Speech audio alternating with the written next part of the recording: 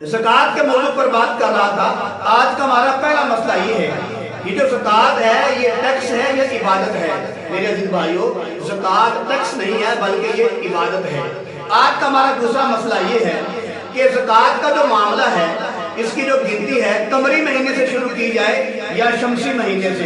तो मेरे अजीज भाई, इसका जो तरीकाकार है ये कमरी महीने से शुरू करना चाहिए। आज का हमारा तीसरा मसला ये है, एक आदमी माल को जमा करता है, जमा करना शुरू करता है, उस पर ज़कात कब वाजिब होगी। मिसाल के तौर पर एक आदमी ने मुहर्रमुल हराम की पहली तारीख को माल जमा करना शुरू कर दिया, उस पर अगला साल आ गया, यानी कि अगले साल की वो जो मुहर्रमुल हराम की पहली तारीख आ गई, तो क्या साल तो पूरा हो गया ना? क्या उस पर ज़कात वाजिब है कि नहीं? मेरे अजीज भाई, साल पूरा होने के साथ ज़कात वाजिब नहीं होती, उसका निसाब भी पूरा हो।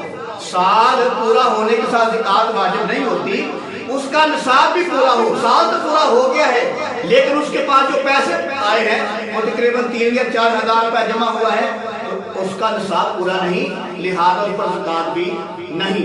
अगर जो साल पूरा हो गया है, ज़कात उस वक्त आएगी जब उसका निसाब पूरा होगा, यानी कि वो जो माल जमा कर रहा है वो 7.5 तोला सोना की मालियत को पहुंचेगा या 52 तोले चांदी की मालियत को पहुंचेगा, उस वक्त ज़कात आएगी। आगे मसला ये है, एक आदमी ने अपने माल से ज़कात निकाली, जब ज़कात को निकाल लिया वो माल उसके पास पड़ा हुआ है और वो पड़ा ही रहा हत्ता कि उस पर फिर साल गुजर गया।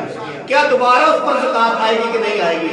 मेरे अजीज भाई, पहले उसने माल से ज़कात निकाल ली है, अब दोबारा उस पर साल गुजर चुका है, निसाब भी पूरा है, दोबारा साल भी गुजर चुका है, लिहाजा उस माल पर दोबारा ज़कात आएगी। आगे मसला ये है, एक आदमी ने अपने बहन भाई की शादी के लिए माल जमा किया हुआ था और वो माल जमा ही रहा, शादी लेट हो गई, उस माल पर साल भी गुजर गया और उसका निसाब भी पूरा है। अब उस माल पर जो है ज़कात वाजिब है कि नहीं?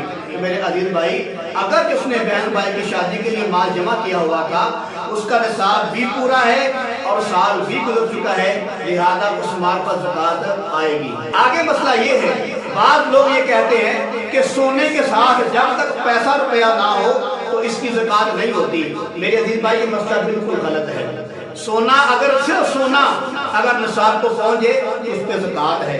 हाँ, अगर सोना कम हो तो फिर पैसे रुपए को साथ मिलाया जाता है, फिर निसाब पूरा किया जाता है। और ये कहना कि सोने के साथ अगर पैसा रुपया ना हो तो सोने पे ज़कात नहीं होती, ये मसला बिल्कुल गलत है।